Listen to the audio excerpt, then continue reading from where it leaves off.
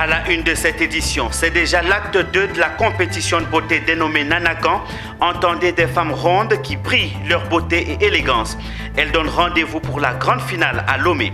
Cette édition est placée sous le thème « Rôle de la femme » dans la riposte à la Covid-19. Elles sont au total 10 femmes, 5 du Togo et 5 du Bénin en course pour la grande couronne.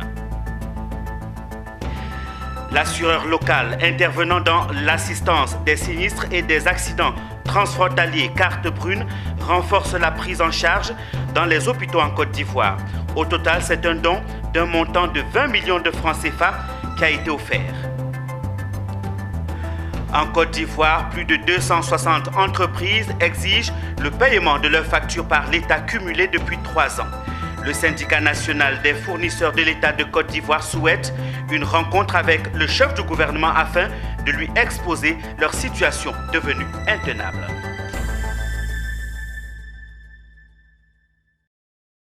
Madame, Monsieur, merci de nous rejoindre dans cette édition complète de l'actualité sur Business 24. Débutons justement cette actualité par la beauté. Elles sont nombreuses, ces femmes africaines, à avoir des formes généreuses. Souvent appelées femmes rondes, elles font l'objet de spectacles quand elles sortent. Un concours leur est d'ailleurs dédié au Bénin et au Togo dénommé Nanagan. L'édition 2021 de ce concours de beauté met un accent sur le rôle de la femme dans la riposte à la Covid-19. Découvrons tout cela dans ce reportage que nous propose Aristide Kouevidjian depuis Lomé, au Togo. Nanagan est ce que nous appelons un concours d'élégance et de valorisation de la femme africaine. Ce n'est pas une Miss que nous recherchons, mais une Nanagan.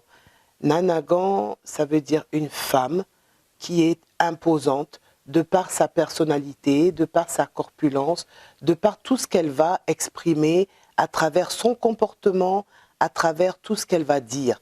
Et ça, je tiens vraiment à le préciser parce que nous ne devons pas confondre un concours de Miss et un concours de Nanagan. C'est deux concepts totalement différents. Donc, cette année, 2021, nous avons décidé de choisir le thème « Rôle de la femme » dans la riposte à la Covid-19. Parce que nous pensons que la Covid-19 a fait beaucoup de dégâts et fait encore beaucoup de dégâts. Nous travaillons avec des femmes pour leur permettre de pouvoir avoir plus confiance en elles.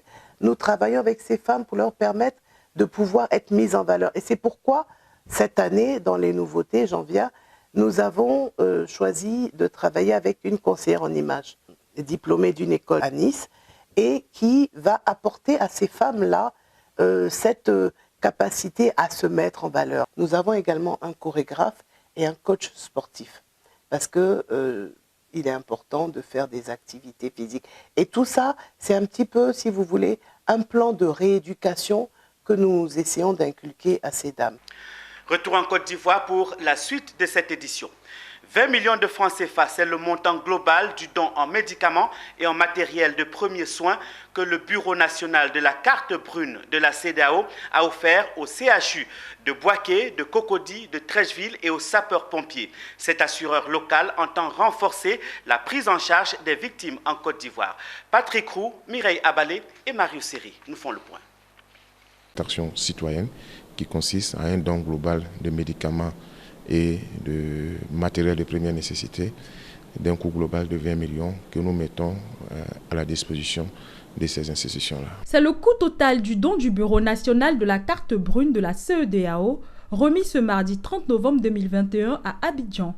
Les centres hospitaliers universitaires, CHU de Boaké, de Cocody, de Trècheville et le GSPM, groupement des sapeurs-pompiers militaires, sont les heureux bénéficiaires. Ils ont reçu chacun la rondelette somme de 5 millions de francs CFA en médicaments et en matériel de premier secours.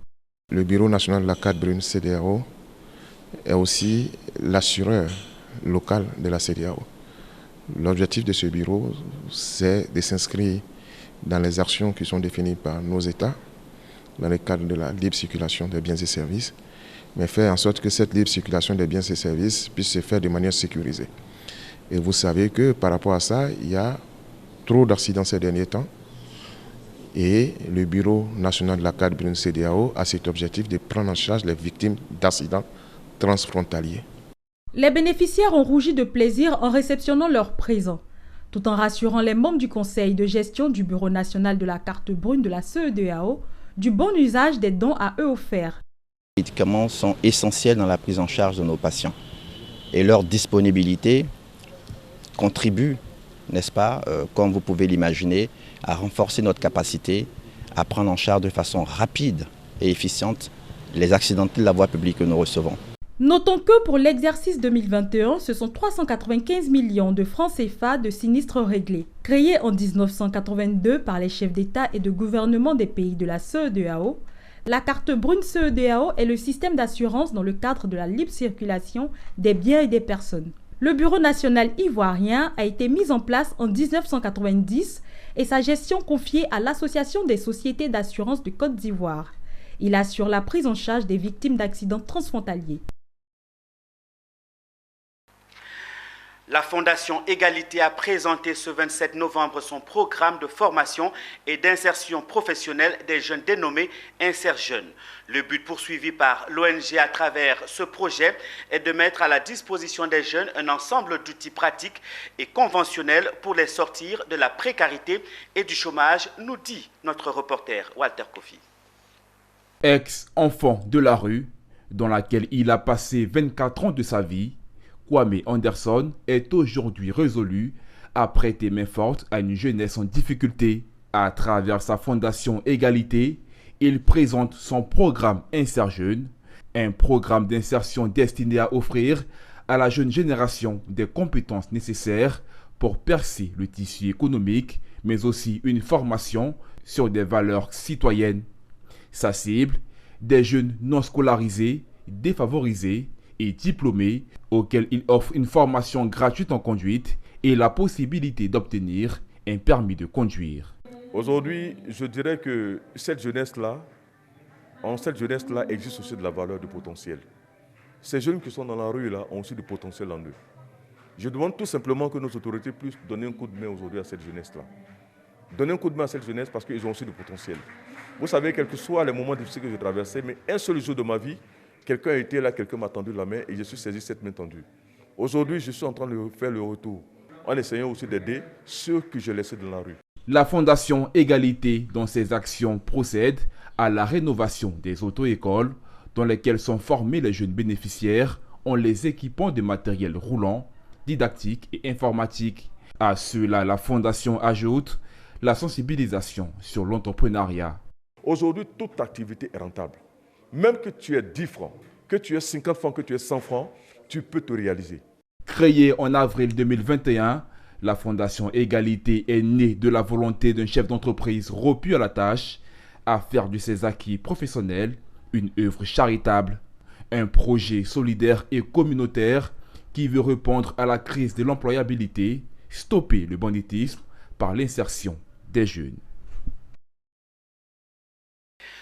Le SINAFESI, entendez le syndicat national des fournisseurs de l'État de Côte d'Ivoire, n'est pas content et il veut le signifier au Premier ministre. Au cours d'une conférence de presse tenue ce lundi à Abidjan, l'organisation a manifesté son désir de rencontrer le chef du gouvernement.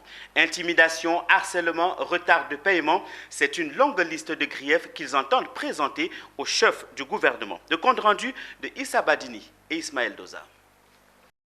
Intimidation, harcèlement, retard de paiement, imposition élevée, le syndicat national des fournisseurs de Côte d'Ivoire n'en peut plus et souhaite vivement que sa cause soit entendue au plus haut niveau. Lors de cette conférence de presse animée par les premiers responsables de l'organisation, le message est clair. Le SINAFESI veut sortir de cette situation et il n'y a pas mieux que le Premier ministre pour les écouter. Nous avons fait ce point de presse, tenu ce point de presse pour informer les fournisseurs de la Côte d'Ivoire qu'il y a une lueur d'espoir. Le ministre de l'Économie et des Finances, qui, comme la Côte d'Ivoire ne peut pas payer toutes les factures, qui a instruit la direction du Trésor, qui nous a rencontré le 23 novembre, le mardi 23 novembre 2021, pour nous dire d'envoyer les factures des fournisseurs pour pouvoir les payer. Ceux qui ont les factures en insert de paiement, pour pouvoir les payer. Et de deux, nous, le SINAFESI, nous réitérons notre souhait de rencontrer le Premier ministre, le chef du gouvernement de Côte d'Ivoire, pour parler avec lui des préoccupations des fournisseurs d'accord nous avons soumises. Nous avons des préoccupations que lui-même il a déjà reçues. Mais nous voulons lui expliquer et ensemble trouver une solution de ces préoccupations. Autre élément du mécontentement, la dette, environ 800 milliards de francs CFA que le SINAFESI et ses associés attendent d'encaisser. Quand le SINAFESI dit environ 800 milliards que l'État de Côte d'Ivoire doit, il y a les factures qui sont en instance de paiement dans les trésoreries, paieries, agences comptables, les régies étatiques et les factures qui ne sont pas prises en compte. Vous voyez par exemple, quand on prend une société comme Sodexam Aéroport, qui s'occupe de la météorologie en Côte d'Ivoire, qui doit elle se 4 milliards, c'est beaucoup.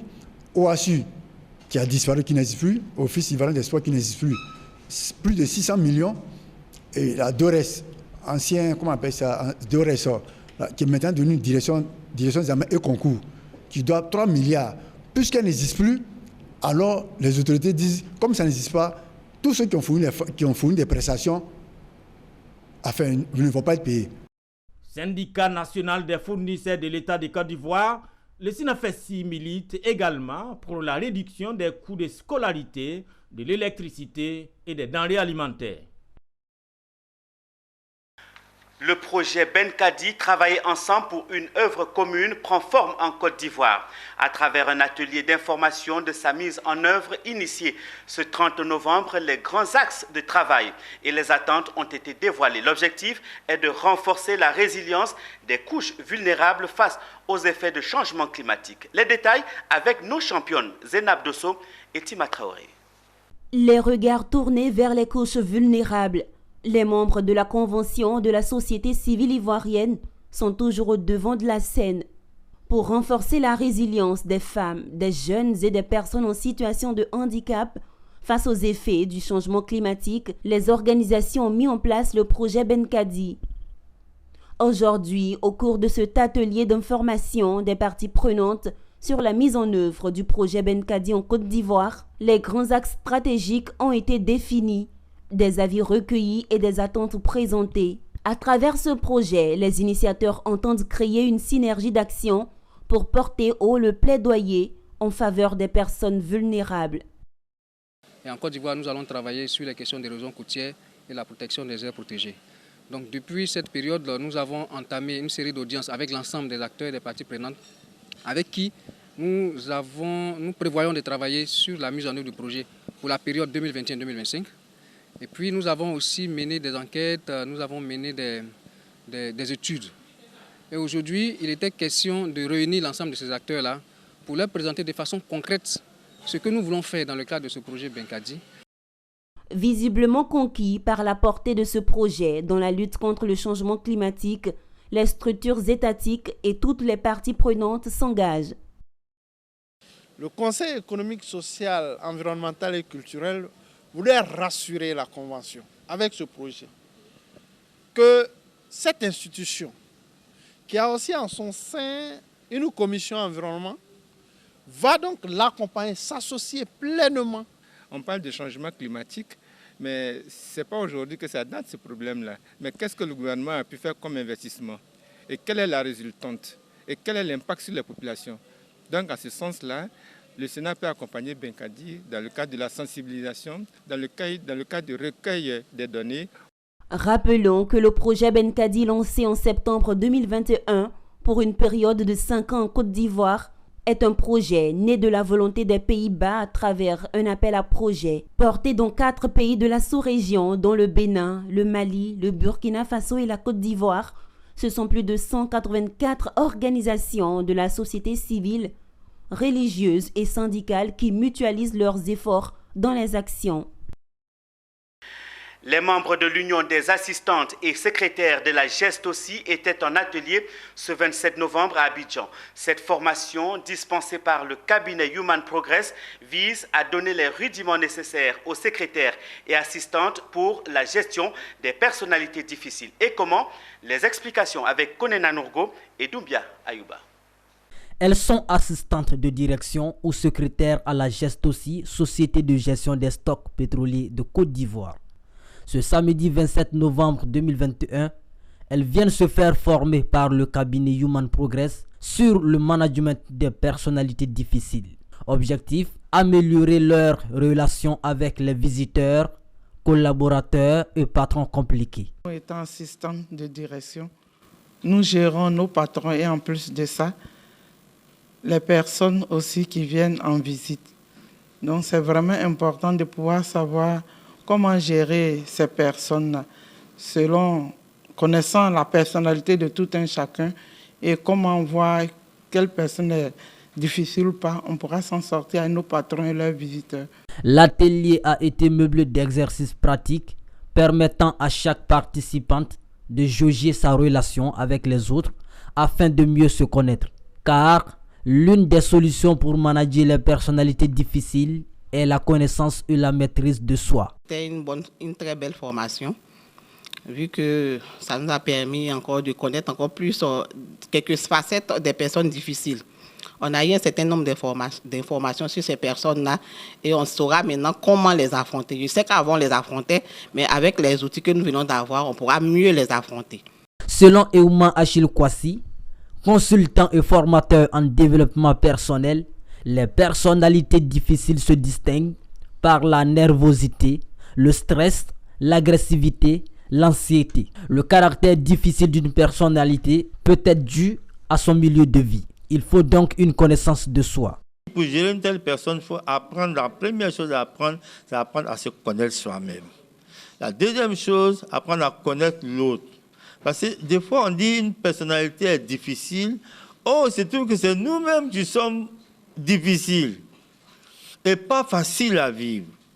Comment rendre les gens faciles à vivre? Comment rendre les gens autonomes dans le comportement? C'est pour cela que nous faisons ce genre de formation, pour que les gens puissent comprendre comment eux-mêmes fonctionnent et comment les autres autour d'eux fonctionnent pour pouvoir avoir des relations interpersonnelles réussies. Cette formation a pris fin avec la remise de diplômes aux participantes. Human Progress est un cabinet spécialisé dans le développement personnel et le management. Parlons littérature à présent. Non, ça doit changer. Peut-être cela ne vous dit rien. C'est pourtant le titre de la nouvelle parution de Noé Moïse Kosonou. Il a procédé à la présentation et à la dédicace de cette œuvre. C'est une œuvre qui interpelle les autorités mais aussi les populations à un changement de mentalité. Mireille Abalé et Tima Traoré nous plongent dans les méandres de cette belle œuvre. Reportage. Nous devons fonctionner en mode « ça doit changer tous ». Non, ça doit changer. L'ouvrage interpellatif de l'écrivain Noé Moïse Kosonou a été présenté officiellement lors d'une cérémonie dédicace qui a vu la participation d'éminentes personnalités. Sans concession, l'auteur y dépeint le visage hideux de la pauvreté, les choix pour la plupart décousus de réalité des dirigeants ivoiriens quant à leur politique de développement. À travers son livre, Moïse Kosonou se fait éveilleur de la conscience collective ivoirienne. Il invite le peuple à transformer son mental, adopter une nouvelle posture face aux nombreux problèmes qui minent la société ivoirienne. Donc j'ai écrit ce livre tout simplement pour interpeller toutes les parties prenantes, aussi bien les populations que le gouvernement, pour dire qu'il y a mieux à faire. Il y a des solutions beaucoup plus pratiques à faire. Sans les mises en œuvre de ce type de solutions, on ne pourra jamais arriver au développement. Ce qui doit changer, pour moi d'abord, c'est l'état d'esprit de nous tous. Cette façon d'attendre des solutions qui nous viennent toujours d'ailleurs, les solutions peuvent venir de nous-mêmes. Chacun de nous a un génie en lui. Tous les Ivoiriens ont du potentiel. Il faut beaucoup de sacrifices pour remettre un pays sur les rails. Et les sacrifices commencent sur des individus. Une véritable rupture, une posture nouvelle, sans lesquelles ça sera difficile. L'ouvrage édité par le Centre de recherche pour la paix dénonce mais surtout propose des solutions concrètes comme la mise en place d'institutions fortes et l'investissement dans l'éducation, des conditions sine qua non pour amorcer le développement de cette nation. Ce sont des institutions qui sont capables de porter tous les progrès économiques que nous allons avoir. Et pour moi, il faut d'abord des institutions. Et ces institutions doivent être mises en place. Et l'action politique pour moi majeure, ça sera de remettre l'éducation sur les rails. Alain Foka, journaliste et préfacier de l'œuvre, s'est dit séduit par la démarche de l'écrivain Noé Kosonou. Et je pense que chacun de nous doit pouvoir apporter une solution ou faire au moins une proposition pour que nous l'analysions avec nos paradigmes, avec nos réalités. Les solutions importées ont montré leurs limites. Quelqu'un ne peut pas parler de son village comme il l'a fait, de la pauvreté dans son village comme il l'a fait. Et je pense que c'est important qu'il y ait qu'il y ait plus d'auteurs pour parler de nos problèmes par nous-mêmes. Les autres ne nous connaissent pas. Lui, je le suis parce qu'il est concret. Noé Moïse Kossonou est né en 1970 à Assuéfry, dans le nord-est de la Côte d'Ivoire. Il est titulaire d'un MBA de l'université McGill et de HEC Montréal. Il a conduit ses travaux de recherche sur le thème de l'entrepreneuriat social et la lutte contre la pauvreté en Côte d'Ivoire. Restons en littérature. La communauté des bouddhistes de Côte d'Ivoire, réunie au sein de la Soka Gakkai International Côte d'Ivoire, a procédé ce 28 novembre à Abidjan à la remise du 5e prix lauréat Ikeda. Cette 5e édition a eu comme lauréat Paul Akoto-Yao, ancien ministre de l'Éducation nationale du président Félix Houphouët-Boigny. Un prix qui récompense la probité du premier Ivoirien agrégé de biologie. Le Palais de la Culture de Treichville a connu une ambiance particulière ce dimanche. La communauté bouddhiste de Côte d'Ivoire tenait à rendre un hommage mérité à un digne fils de la République. Elle tenait à récompenser le 5e prix Ikeda 2021. Après le professeur Akeassi, lauréat de la 4e édition, c'est au tour du professeur Paul Akoto-Yao d'être récompensé par le prix Ikeda. Ce brillant commis de l'État, en tant que ministre de l'Éducation nationale, a fortement contribué à la qualité de l'éducation nationale ivoirienne. La rigueur et la qualité de la formation ont été sa marque de fabrique qu'il a su élégamment imprimer à l'école ivoirienne dans les années 1990 et début 1980. Il a contribué, de par la position qui était la sienne, à faire de la Côte d'Ivoire une référence en matière de formation et d'éducation. C'est à juste titre qu'il reçoit ce prix. C'est le célèbre écrivain qui disait que ouvrez des écoles, vous fermerez des prisons. C'est Victor Hugo qui le dit. Et vous savez très bien que cette personnalité-là, Paul Akoto-Yao, ayant contribué fortement à l'ouverture, n'est-ce pas, des écoles, si je m'en tiens à cette maxime-là, donc a contribué par la même occasion à la fermeture des prisons. Son représentant, un fidèle compagnon, est heureux de recevoir ce prix en son nom. Il reste séduit par la qualité de l'homme. Vraiment, nous sommes beaucoup contents. Il y a une joie intense qui nous anime, moi, le ministre et sa famille, toute la famille. La Côte d'Ivoire est citée en exemple et prise comme référence dans toute la sous-région, voire l'Afrique. Il a contribué à former et instruire efficacement certaines générations d'Ivoiriens qui mettent en ce moment leurs compétences et savoirs au profit de la mère patrie. Le prix, ça vous l'avez su, hein? La personne même, c'est une personne modèle, exemplaire pour la société. Un chèque factice de 3 millions de francs CFA, un diplôme et une médaille lui ont été décernés pour la circonstance. Pour joindre l'utile à l'agréable, la grande diva de la musique africaine, Aïcha Koné, est venue chauffer la salle à Noumambo du Palais de la Culture de Treichville, bondée de monde, mettant ainsi fin au suspense entretenu depuis des mois par ce 5e prix Ikeda. Un petit tour en région à présent. Le conseil municipal de Boundiali, dirigé par le ministre Mariatou Koné, a tenu sa 3e session ordinaire couplée à la 4e session du conseil régional de la Bagoué. L'objectif, traduire la paix et l'entente entre les fils et filles de la région.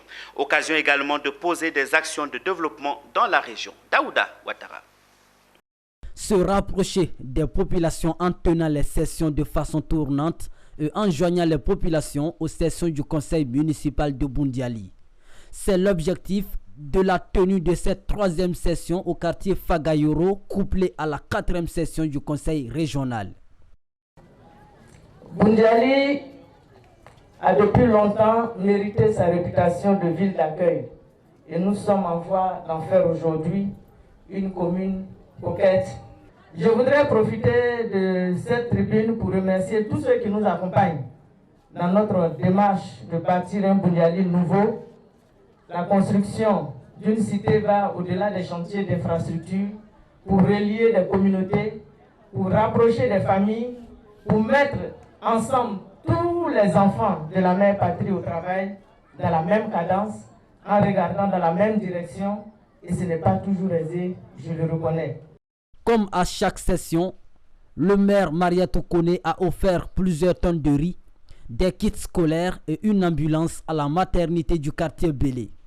Après quoi, elle a procédé à la mise en marche des feux tricolores de la ville de Boundiali et à la pose de la première pierre du futur siège du conseil régional de la Bagoué.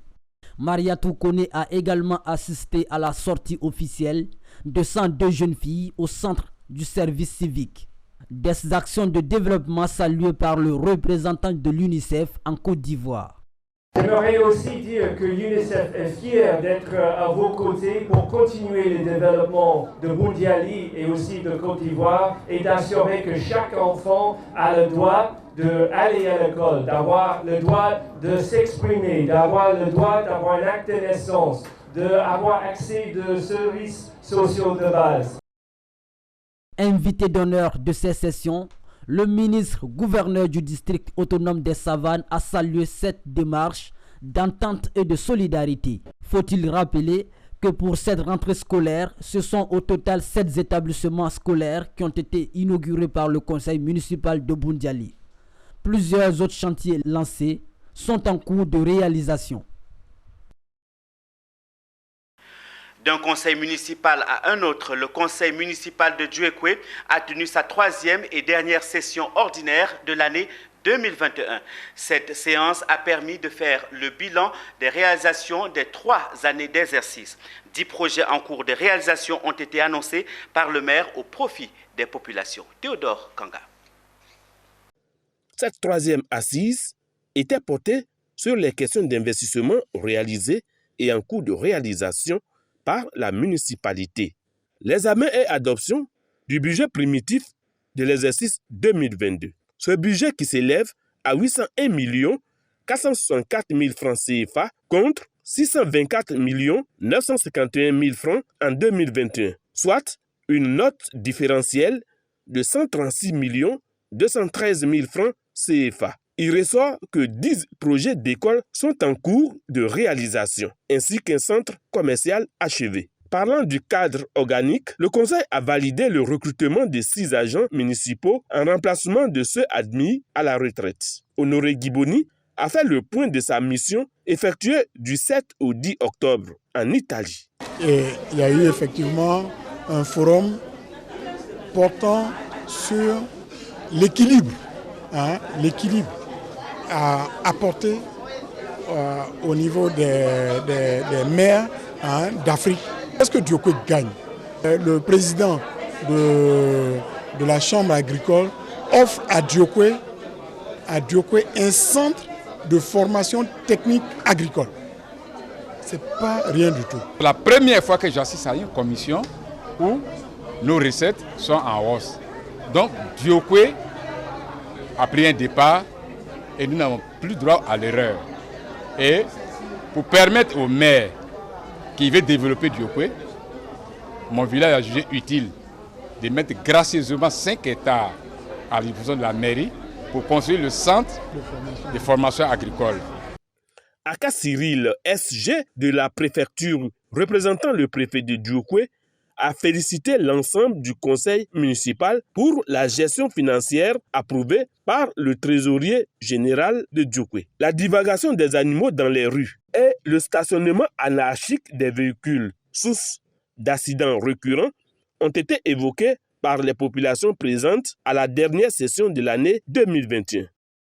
C'est avec cette information que nous refermons ce journal proposé par l'ensemble de la rédaction. Un merci particulier à tous ceux qui nous suivent à Sokodé, Kara, Bado, Kandé et partout au Togo. Merci de nous avoir suivis. Passez un très excellent moment en compagnie de nos programmes.